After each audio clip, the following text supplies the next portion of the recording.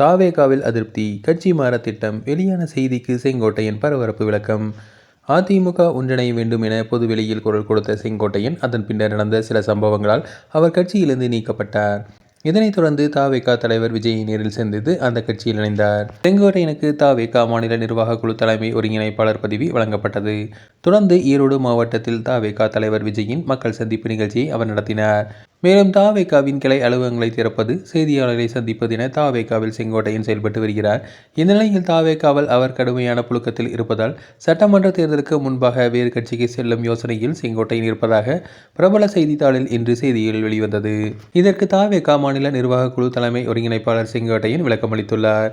இந்த செய்திக்கு விளக்கமளித்து தனது எக்ஸ் பக்கத்தில் வெளியிட்டுள்ள பதிவில், புரட்சித் தலைவர் புரட்சித் தலைவி அம்மாவின் வழியில் வந்தவன் நான். சோதனை ஏற்பட்ட போது என்னை கரம் பிடித்து அரசியலில் ஒரு வரலாறு படைக்கின்ற அளவிற்கு என்னை உருவாக்கிய தமிழக வெற்றி கழக தலைவர் தளபதி என்றும் என் நெஞ்சில் நீங்கா இடம்பெற்றவர். அவர் 2026 தமிழ்நாடு முதலமைச்சராகும் வரை நாங்கள் அனைவரும் ஒருங்கிணைந்து மக்கள் செல்வாக்கோடு அவரை ஆட்சி கட்டிலில் அமர வைப்போம். அவருடைய தியாகத்தையும் மனித நேயத்தையும் எவரால் ஒப்பட இயலாது என குறிப்பிட்டுள்ளார். மக்கள் நெஞ்சங்களில் நிறைந்து வாழ்ந்து கொண்டிருக்கிறார். எங்கள் வாழ்வும் தமிழகத்தின் எதிர்காலமும் அவருடைய தலைமையில் அமையப் போகிறது. அதற்காகத்தான் நாங்கள் அனைவரும் ஒற்றுமையாக பணியாற்றி வருகிறோம். நாளிதழில் உண்மைக்கு புறமான செய்தி வெளியாகி இருப்பது வேதனை அளிக்கிறது.